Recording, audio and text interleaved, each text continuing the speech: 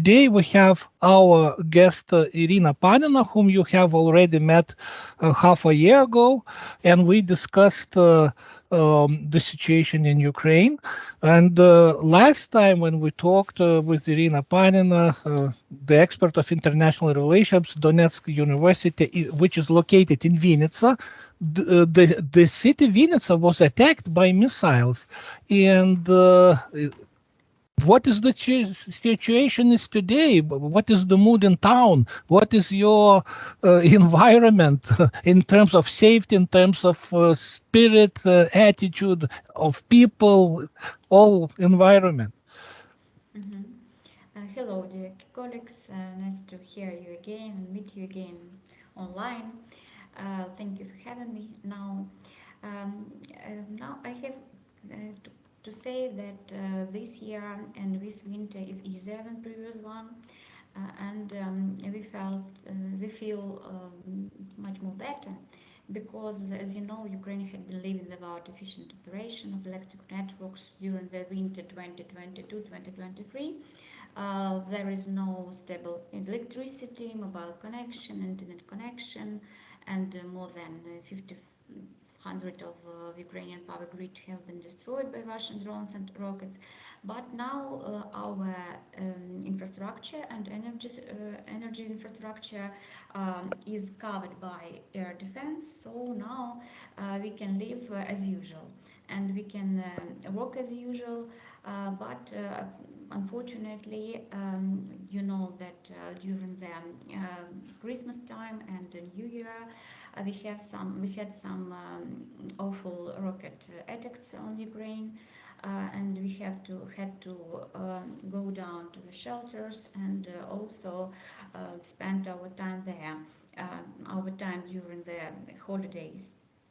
Uh, Unfortunately, Kiev now is bombed, and more than Vinnytsia or other regions.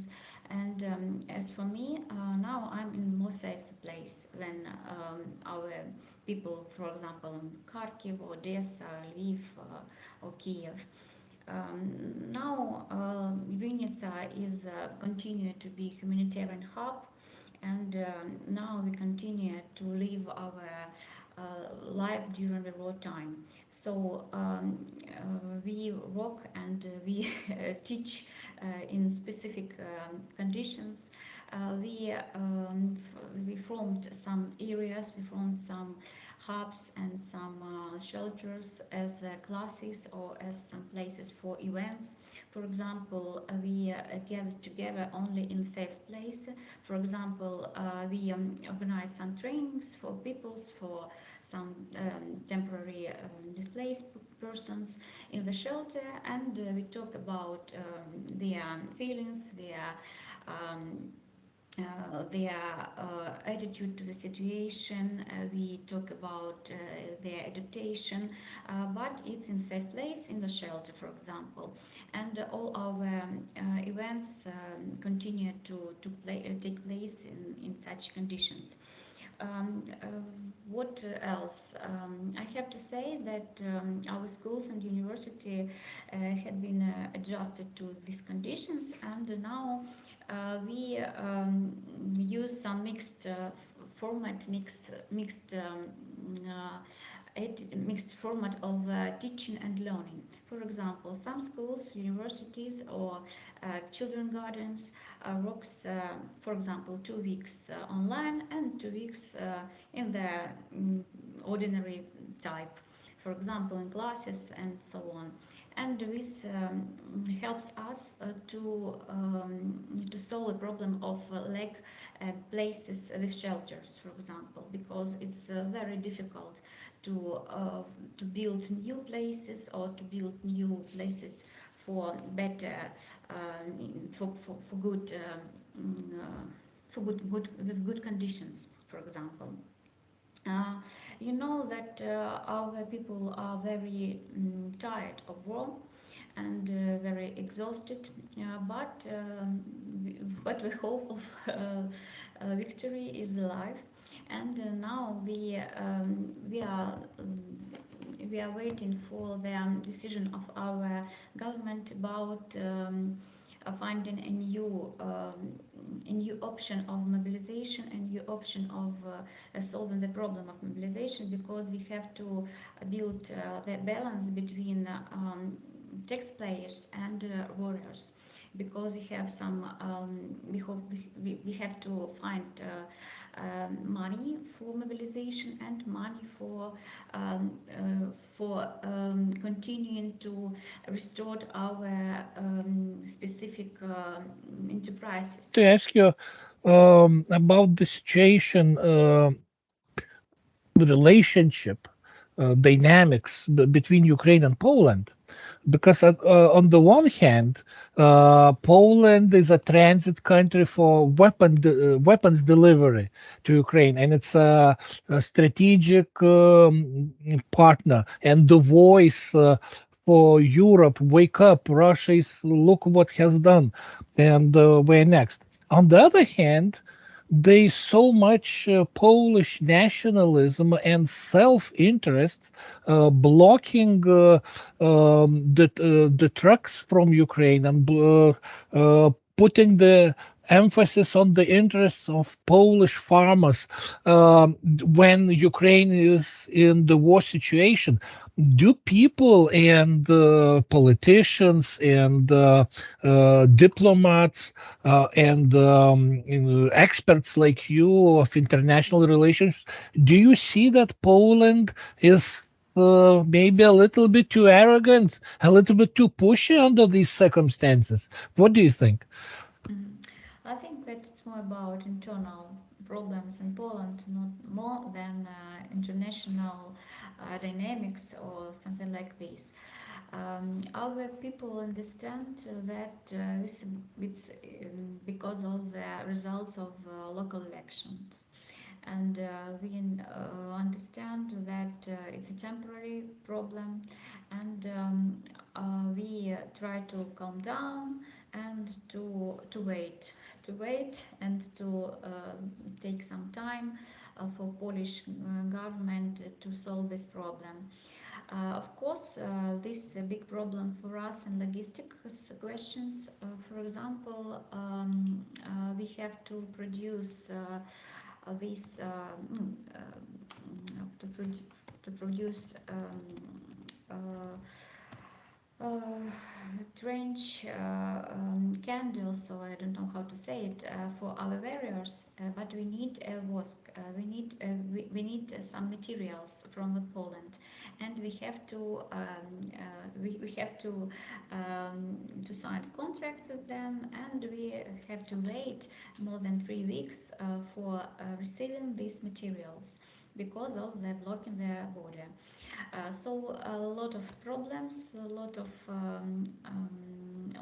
questions, but we try to be more flexible to this point. Unfortunately, some of people try to watch some videos of Russian propaganda about our enemy Poland, or about our historical experience of living in during the imperial time and so on, but it's more about propaganda, not about the reality. I think that Poland now is like Germany in the beginning of 2020s, when Poland became the member of the European Union. So the same, very similar situation. Ukraine now is one of the biggest agriculture producer in the Europe and in the world, and of course we can be a very strong partner and very big producer for agriculture products, for example grain and other products, not only for Europe. And of course, Germany, Poland, France, Spain, Greece, and other countries can try to avoid with this process maybe for some time, and maybe we have to create a new conditions to protect their own farmers, their own business from this challenge in the future. You know that the grain corridor now works like in the beginning of 2022, and this is a big opportunity for Ukraine to change the situation in the south, in the North Africa, in the Middle East, because we need the grain from Ukraine, but also in other regions. Where we have another proposition, for example, from Poland, from Canada, from another producers of grain. So it's a question about future. It's a question about Ukraine's membership in the European Union and about balance between biggest producer of agriculture products in the European Union. You know that now there are some decisions from Polish government on which was adopted in some days. But I think that this is only the beginning of a long trip, the beginning of long discussion between our countries. And as for me, we have to create a new committee for discussing our historical problems and historical issues, which is more hearted, which is more unpleasant for our countries, to create a new our joint position on this question, and to create our joint position on historical memory, historical grounds, and so on, because this is a more unpleasant question and a pleasant issue in our bilateral relations, not like agricultural issues. Tomas mentioned very important question, and from political point of view about this, body line market conflicts, which happen now between Ukraine and Poland. And you mentioned as well, Iryna, that it's some similar situation you can find between Poland or Germany, or between, for example, Lithuania and Poland. Mm-hmm. And I would say this is for EU, it's a completely normal situation, because all countries fight for their own, agrarian and other sectors, and there are some rules where EU limits that possibilities of different countries, and they need to negotiate about the part in the market, and changes in the market. It's new reality, and the reality of EU, and Ukraine should be prepared. But I am not sure that Ukrainian people can understand two problems in one time. They fight from the one side on the front line, with the big enemy,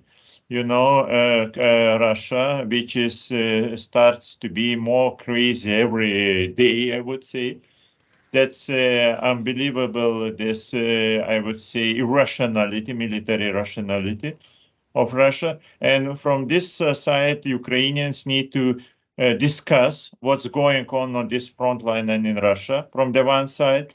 And from the other side, it's very big challenge to discuss EU rules and restrictions, on protectionism.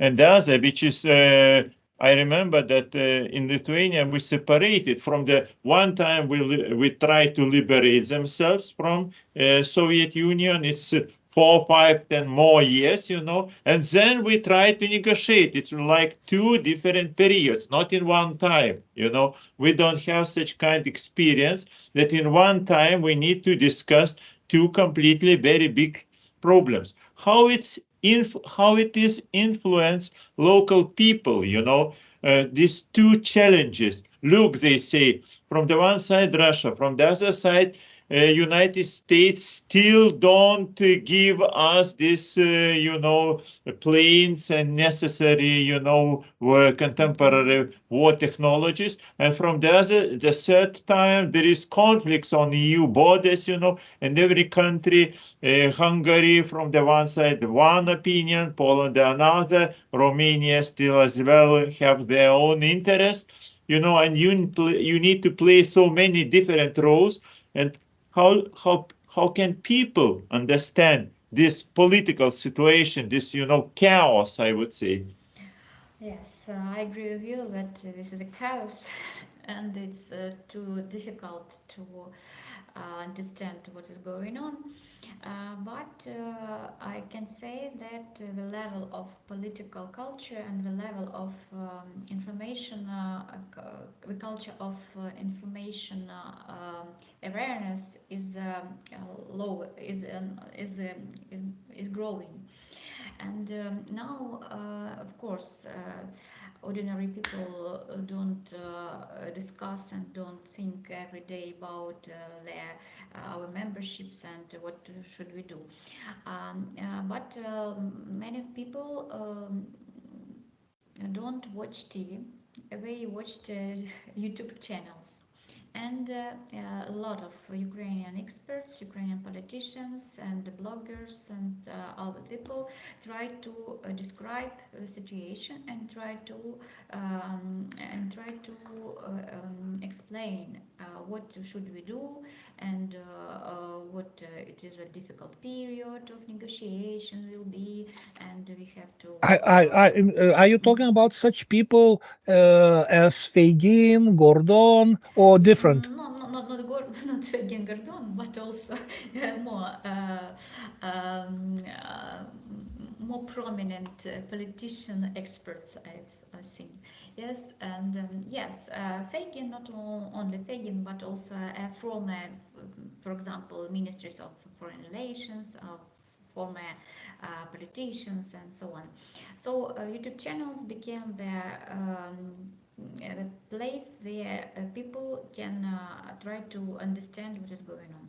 The second option is that we try to understand what kind of experience we can use in our ground, we can use here. For example, we have very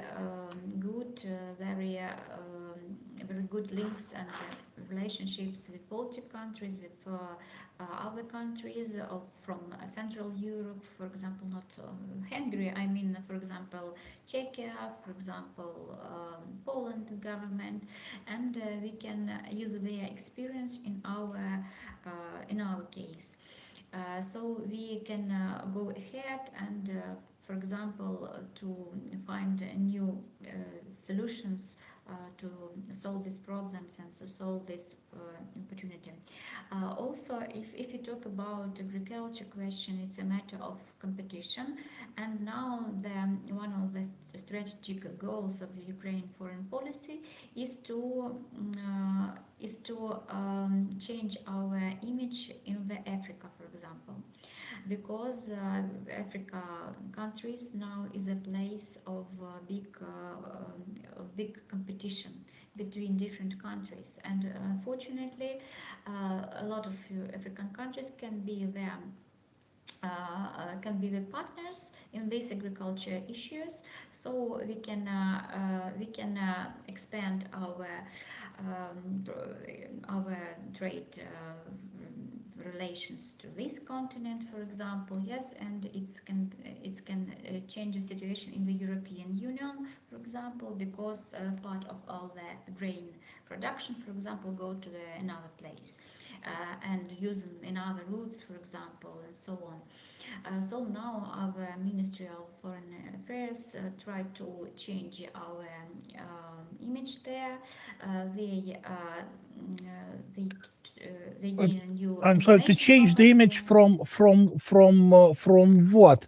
Did they have the horrible image? Yes, yes. Yes, we have a horrible image because we are friend of the West.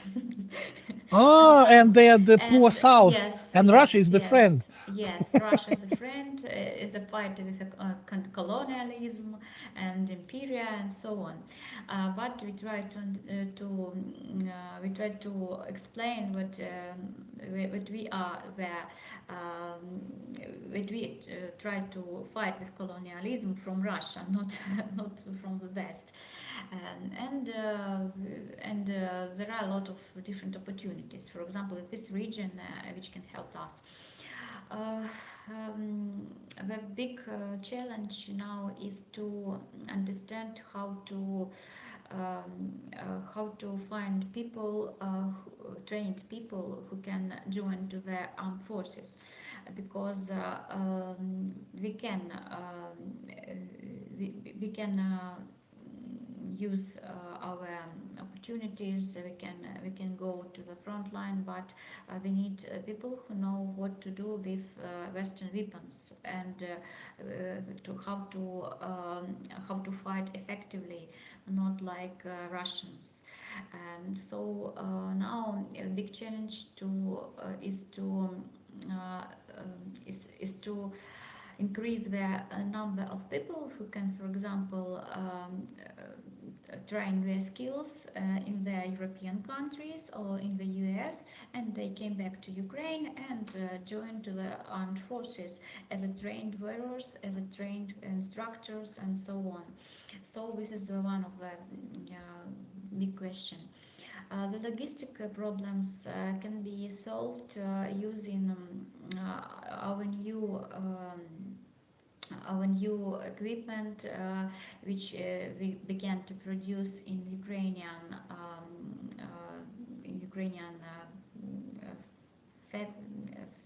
factories and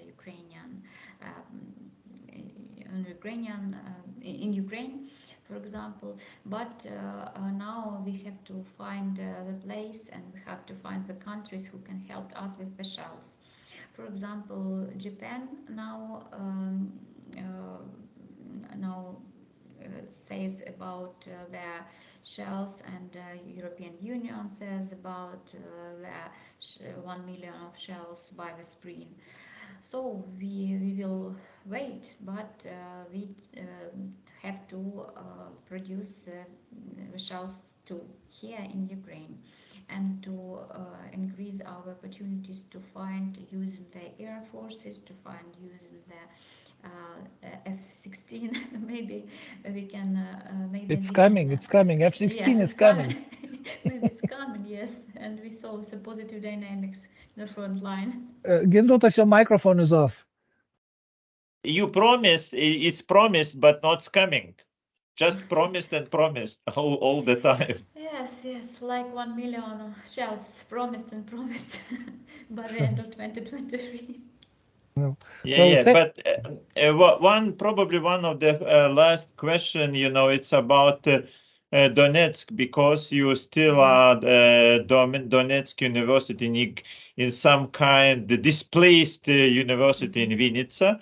But my question, do you have some relationship with this Donetsk city, or just completely, and you don't know what's going on in this city? We don't know what's going on, but we have some friends, some relatives, distant relatives who now live there. And what should I say? It's like frozen city, frozen in the last USSR times. So this is like apocalyptic pictures here. People can live without water, for example, 2 or 3 days. They can live without electricity some days, but they don't suffer from the Russian rockets, for example. Yes, it's only a question of government, local government, the so-called government, which now is trying to be friendly to these people. But now we see that their attitude to these people is awful, and these people now live in living like we should wait, and now we decide what to do. A lot of people go abroad from Donetsk region, from Lugansk region, from frontline region. Some of them now live in Russia, some of them live in Poland, some of them became displaced people in Ukraine, displaced person in Ukraine. And I see that this region became the place of not young people, but the place of older generation, Yeah. and so on. So it looks like dystopia in future, but Yes. it's not about dystopia for young people, which Hollywood very likes to show us, but for old people, dystopia just for old people, and some Back to kind of USSR. help. Yes, back to USSR, back to late time of USSR. Thank you very much, dear Irina, for the conversation that we had here today. And since we are successfully continuing our these conversations, interviews with you, hopefully we will continue in the near future as well. Thank you. I hope so, and thank you for your understanding. Thank you for your support.